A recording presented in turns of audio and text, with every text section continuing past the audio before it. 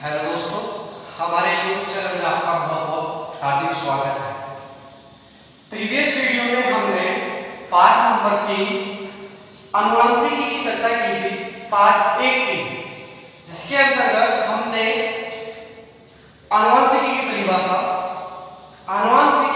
के बारे में मेंडलवार और मेंडलवार ने अपने जीवन में क्या क्या किया, किस पौधे पर उन्होंने प्रयोग किया और उनकी सफलता के क्या कारण रहे और उन्होंने उद्यान के पादप का ही चयन क्यों किया, यह हमने प्रीवियस वीडियो में बात कर ली थी। आज हम जो इस चैप्टर में आनुवंशिक शब्दावली है अर्थात आनुवंशिक के संबंधित जो परिभाषाएं हैं उनका अध्ययन करते हैं। हम आपको ये बताएं कि जो आनुवंशिक शब्दावली है वो एक लैंग्वेज के रूप में है। इनका जितना अध्ययन आप करेंगे उतनी ही आपको अच्छी तरह से याद हो पाएगा। तो चलिए, सबसे पहली परिभाषा है जीन। जीन क्या है? तो जो मेंडल है उन्होंने इसको कारक नाम दिया था। मेंडल ने जो मेंडल है उन्होंने इस जीन को कारक नाम दिया। तो क्या परिभाषा बताई कि वह कारक जो किसी एक लक्षण को नियंत्रित करता है, जीन कहलाता है। जीन क्या है? वह कारक जो किसी एक लक्षण को नियंत्रित करता है। अर्थात अगर लंबाई की बात करें तो जो कारक लंबाई को नियंत्रित करेगा वो अलग होगा। बोना है पौधा अगर, तो जो कारक बोनेपन को निर्धारित करेगा वो अलग होगा। कहने का मतलब अलग अलग लक्षण के लिए अलग अलग कारक होंगे। तो जीन की परिभाषा के अनुसार वह कारक किसी एक ही लक्षण को नियंत्रित करता है। अगर पौधा लंबा है तो वह लंबेपन को ही नियंत्रित करेगा, अगर पौधा बोना है तो वह बोनेपन को ही नियंत्रित करेगा। तो जीन क्या है? जीन वह है जो किसी एक लक्षण को नियंत्रित करता है। दूसरी, युग्म विकल्प।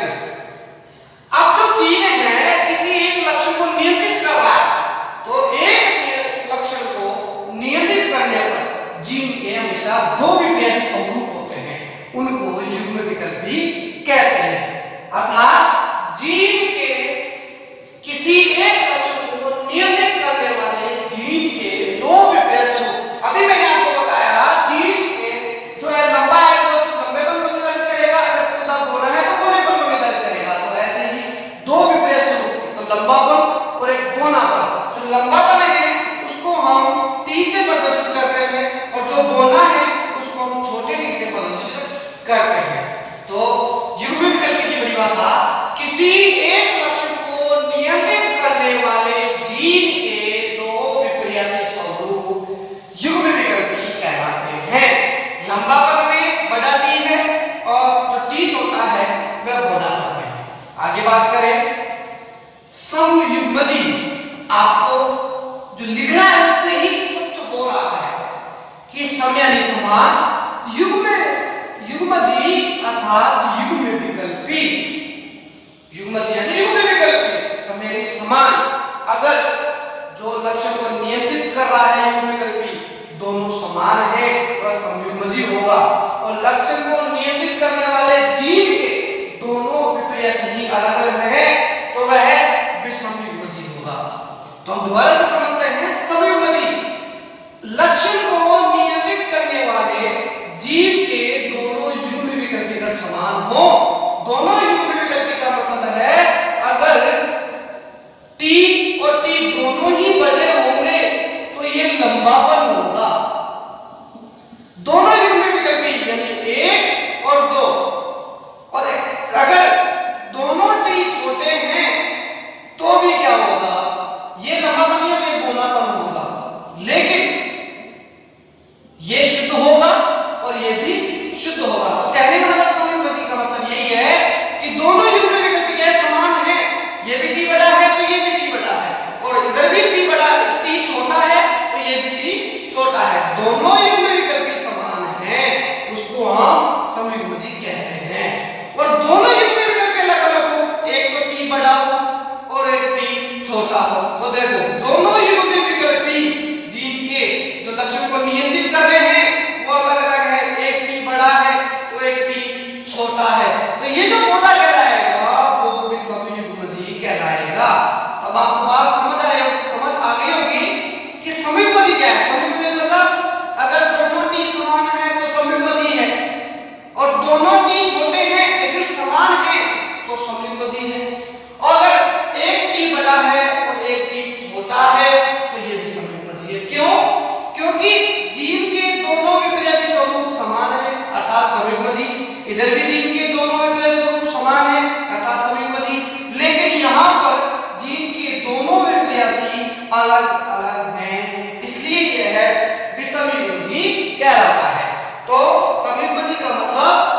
लक्षण को नियंत्रित करने के लिए जीन के दोनों विपरीत स्वरूप अगर समान हो तो वह समयुग्मजी कहलाता है, और जीन के दोनों विपरीत अलग अलग हो तो वह विषमयुग्मजी कहलाता है।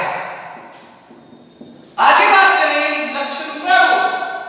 लक्षण प्रारूप मतलब कोई भी पौधा मान लो, कोई भी सजीव मान लो, उसकी जो बाह्य प्रकृति होती है, उसके जो बाहर से लक्षण हमें दिखाई देते हैं वह लक्षण प्रारूप कहलाते हैं। जैसे पौधा है तो पौधे का बाहर क्या दिखाई दे सकता है, लंबा कि पौधा कितना लंबा है, कितना छोटा है, पौधे का जो पत्तियों का कलर है वो कैसा है, बीज का आकार कैसा है, तो ये बाहर से दिखाई देते हैं, इसलिए इसको हम लक्षण प्रारूप कहते हैं। तो इसकी परिभाषा किसी भी सजीव की बाह्य प्रकृति, सजीव की बाह्य प्रकृति को लक्षण प्रारूप कहते हैं।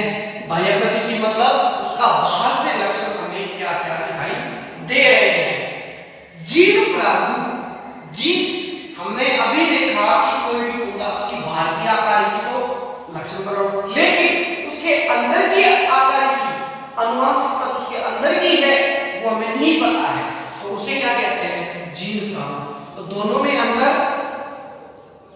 लक्षण प्रारूप, कोई भी सजीव की बाह्य प्रकृति को लक्षण प्रारूप कहते हैं तथा किसी भी सजीव की आंतरिक संरचना को जीन प्रारूप कहते हैं। आंतरिक संरचना जीन प्रारूप कहलाती है। अब बात करें प्रभावी लक्षण।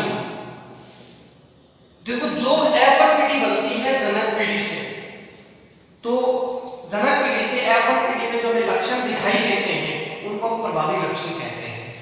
यानी वे लक्षण जो अपने आप को F1 पीढ़ी में दिखाते हैं। F1 पीढ़ी में जो लक्षण दिखाई देने लगते हैं, जो जनक पीढ़ी से प्राप्त पीढ़ी होती है उसमें अगर लक्षण दिखाई देने लगे पौधे के, सजीव के, तो वह प्रभावी लक्षण कहलाता है। और अगर F1 पीढ़ी के अंदर वो लक्षण दिखाई नहीं देते हैं पौधे के संतति संकरण कराने के बाद में, तो वह अप्रभावी लक्षण कहलाता है। तो परिभाषा है प्रभावी लक्षण कि वह लक्षण जो F1 पीढ़ी में अपने आप को अभिव्यक्त कर पाते हैं या अपने आप को प्रकट कर पाते हैं, प्रभावी लक्षण कहलाते हैं। अप्रभावी लक्षण वह लक्षण जो F1 पीढ़ी में अपने आप को अभिव्यक्त नहीं कर पाते हैं, अप्रभावी लक्षण कहलाते हैं। आगे एक संकर संकर, देखो ये परिभाषा जो चार है वो आपको बहुत अच्छे से और आसानी से याद हो सकेगी। आज हम अनुवांशिक शब्दावली की बात कर रहे हैं जिसमें लगभग 13 से, जिसमें लगभग 19 से 20 परिभाषा है जो आपको याद करने से बहुत अच्छे से आसानी से याद हो जाएगी। ये जो चार परिभाषाएं हैं इनको देखना कि एक संकर संकर वह संकर जिसमें सिर्फ एक ही लक्षण की वंशागति का अध्ययन किया जाता है। वह संकर जिसमें एक लक्षण की वंशागति का अध्ययन किया जाता है।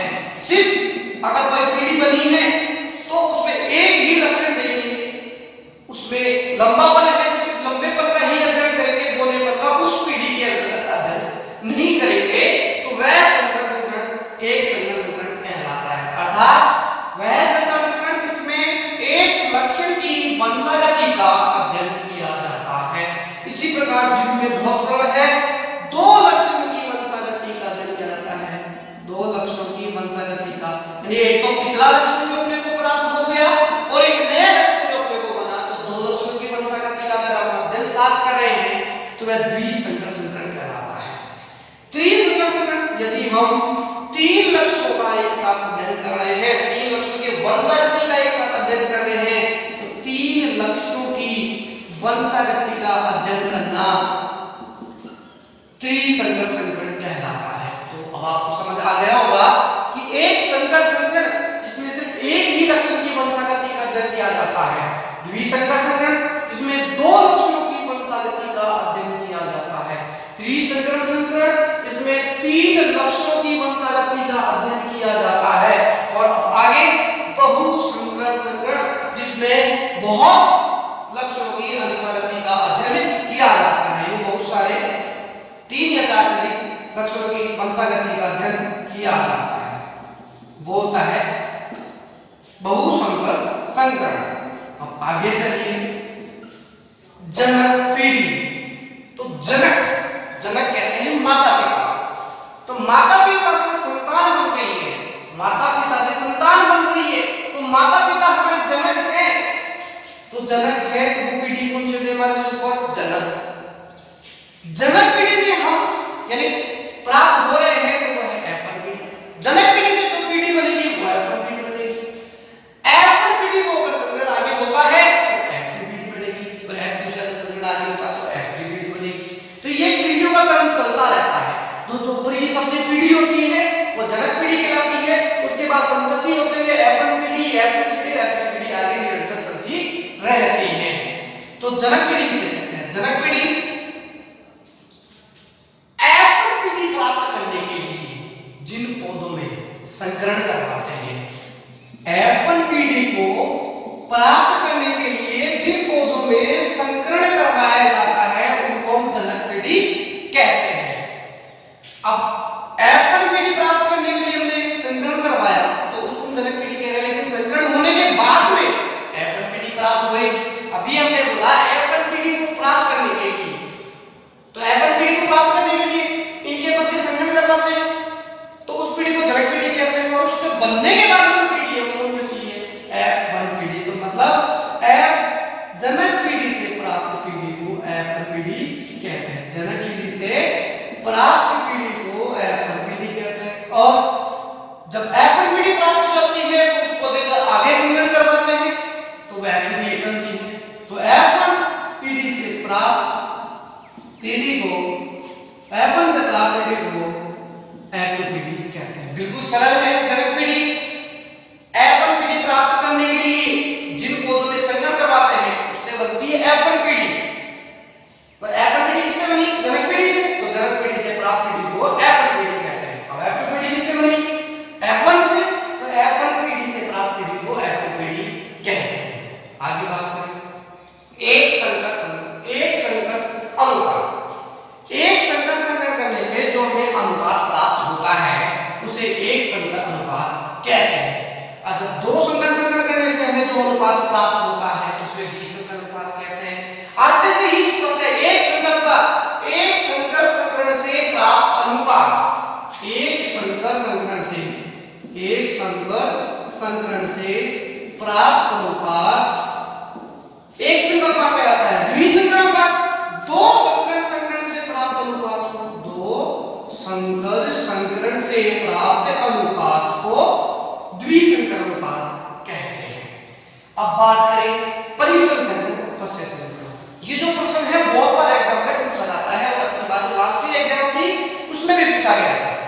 परीक्षण संकरण देखो, हमें F1 पीढ़ी जो प्राप्त हुई है अगर उसका संकरण हम F1 जनक के साथ करवाते हैं तो वह परीक्षण संकरण कहलाता है। F1 पीढ़ी का संकरण जब F1 पीढ़ी का जो संकरण है यदि F1 जनक के साथ करवाया जाता है तो वह परीक्षण संकरण कहलाता है। और जब F1 पीढ़ी का ही संकरण प्रभावी और अप्रभावी दोनों में से किसी भी एक के साथ करवा दे तो वह प्रशय संकरण कहलाता है। तो समझ आ गया होगा कि परीक्षण संकरण तो वह संकरण है जिसमें F1 पीढ़ी जो है सिर्फ अप्रभावी जनक के साथ अपना संकरण करती है, जबकि प्रशय संकरण में प्रभावी हो चाहे अप्रभावी हो वह F1 पीढ़ी जो है किसी भी एक के साथ अपना संकरण करवा सकते हैं। आगे बात करें व्युत्क्रम संकरण। ये जो प्रश्न है बहुत बार पूछा जाता है, लास्ट जो एग्जाम थी इसके बारे में पूछा था। व्युत्क्रम संकरण में क्या होता है? हम दो बार संकरण करवाते हैं। दो बार कैसे? एक बार संकरण में ए पादप को हम क्या करते हैं? नर मानते हैं। नर मानने के बाद जो पादप है टीटी लंबापन में होता है और बी पादप को हम क्या करते हैं? मादा मानते हैं जो गोनापन में होता है। कहने का मतलब एक संकरण में पहले संकरण में ए पादप को नर माना जाता है तथा बी पादप को मादा माना जाता है। और जब दूसरा संकरण करवाते हैं तो ए पादप को मादा मानते हैं और बी पादप को नर मानते हैं। तो देखो क्रॉस सिलेक्शन हो गया, पहले ए को नर माना बी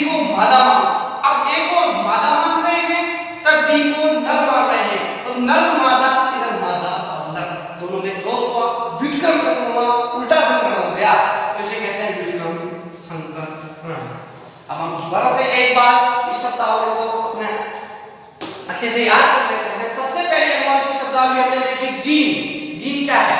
वह कारक जो किसी एक लक्षण को नियंत्रित करता है, जीन कहलाता है। दूसरा युग्म विकल्पी, किसी भी एक लक्षण को नियंत्रित करने वाले जीन के दो विपर्यासी स्वरूपों को युग्म विकल्पी कहते हैं। तीसरा समयुग्मजीव, अगर जीन के जो विपर्यासी स्वरूप हैं दोनों समान तो वह समयुग्मजीव होगा, और जीन के अगर दोनों विपर्यासी स्वरूप अलग अलग हैं तो वह विषमयुग्मजीव होगा।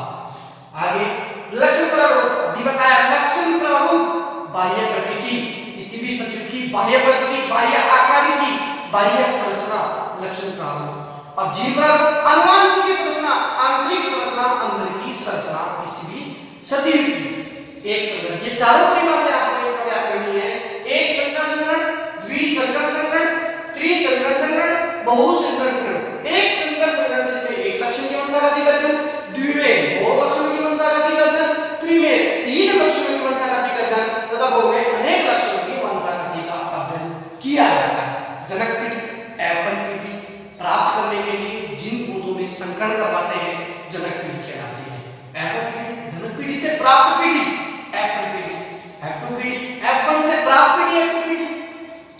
एक संकरण बाद एक संकरण संकरण से इस संकरण संकरण से जो अनुपात प्राप्त हुआ है एक संकरण अनुपात कहलाता है।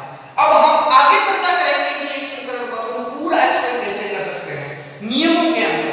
द्विसंकरण अनुपात, द्विसंकरण अनुपात दो संकर संकरण कराने से जो अनुपात प्राप्त होता है द्विसंकरण अनुपात कहलाता है। परीक्षण संकरण और पश्य संकरण, परीक्षण का मतलब जो एफएन पीढ़ी हमें प्राप्त हुई है उसका परीक्षण हम अब आगे एफएन जनक के साथ करने वाले हैं, तो जो प्राप्त होगा वह परीक्षण संकरण कहलाएगा।